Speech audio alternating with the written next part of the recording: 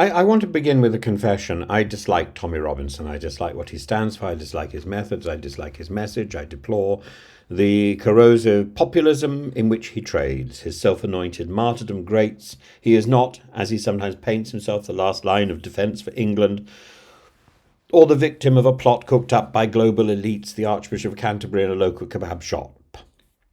And yet, I find myself sickened, yes, physically nauseated by how he is currently being treated in the name of justice. Stephen Yaxley-Lennon, to use his real name, was jailed for 18 months in October last year after admitting 10 breaches of a High Court order. That order barred him from repeating false claims against a Syrian refugee, Jamal Hizaji, a boy whom Robinson defamed repeatedly after the boy was filmed being assaulted in a schoolyard. Robinson lost that libel case and was told to stop. He didn't. His conduct was contemptuous. The law responded, but now it is the law itself that risks contempt. Tommy Robinson has committed a civil offence, not murder, not terrorism, not armed robbery. He's in prison for contempt. Serious yet, but something that ought to be dealt with proportionately. Instead, we're now watching what looks less like punishment and more like vindictive containment. A man is being broken, systematically and with apparent indifference to the consequences, by the very system that claims to uphold fairness. Robinson is being held in segregation in Wood Hill Prison. We are told this is to keep him safe, because apparently there's a credible threat that he will be killed by another inmate if placed on a regular wing. Wasn't it the same defence that kept Alexei Navalny in solitary confinement? That didn't keep him safe, by the way. I don't doubt that there are people who want to attack Tommy Robinson, but keeping someone safe is driving them mad in this grotesque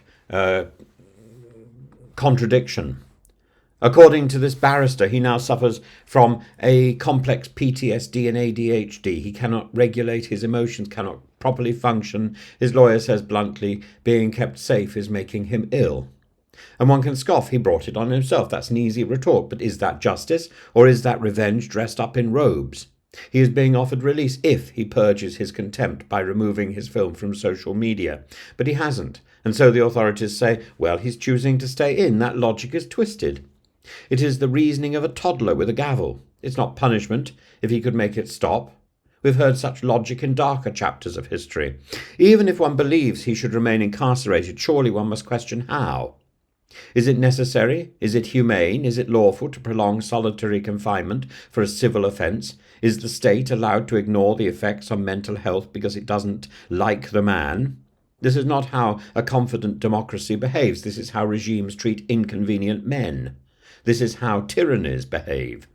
The time spent on Robinson, his court appearances, his isolation, his supervision, is time that could be spent on real threats, on real victims, on rebuilding trust between police and public. Instead, we've created a petty melodrama at the taxpayer's expense, feathering the bed of absurdity and institutional spite.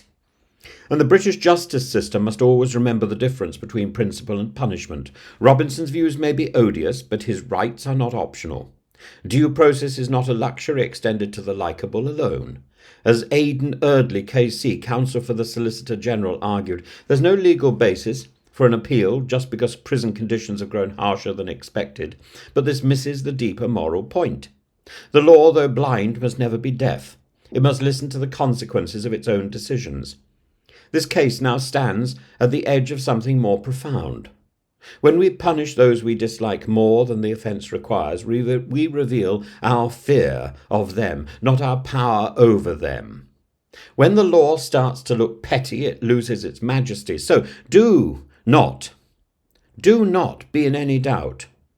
I do not support Tommy Robinson. I support the principle that even people I disagree with, people I find frankly obnoxious, must be treated fairly, and must never be used as scapegoats for public retribution or political theatre. Tommy Robinson's views do not excuse his contempt, but neither does his contempt excuse cruelty. Let us hope that the Court of Appeal sees that, and not only upholds the law, but restores its dignity.